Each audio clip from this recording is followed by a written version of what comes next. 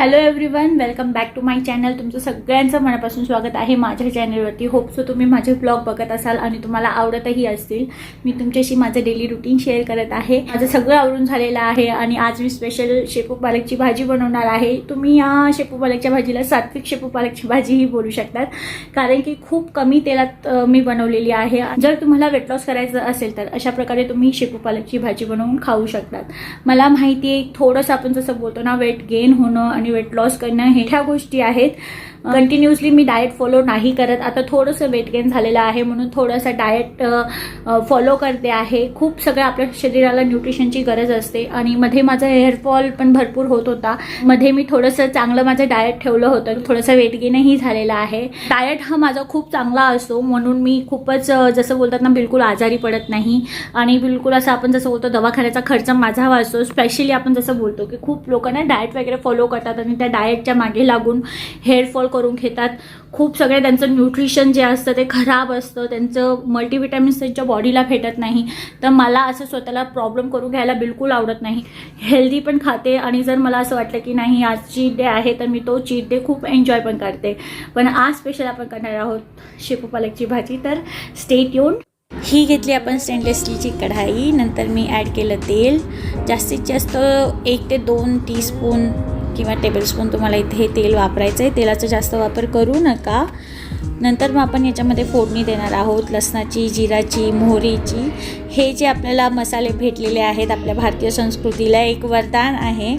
खूप लोकांनी तुम्ही ऑब्झर्व केलं असेल की अचानक कोरोना आल्यानंतर आपल्याला जे काही आपल्या भारतातले जे काही मसाले वगैरे आहेत त्यांना एक वेगळ्या लेवलला महत्त्व देण्यात आलेलं आहे. तुम्ही बघतच असाल की जिथे तिथे काढा हा फेमस होत गेला होता.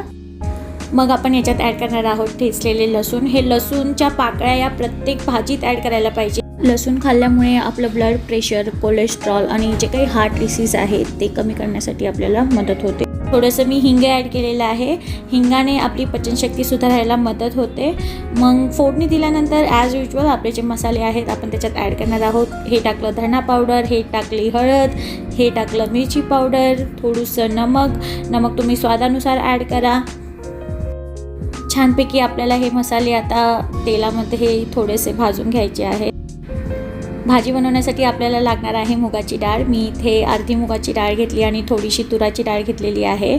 मग नंतर मी पालक आणि शेपू दोघं अर्धा भाग घेतला आहे. म्हणजे 2 वाट्या मी जर पालक घेतली आहे तर 2 वाट्या मी शेपू घेतलेली आहे.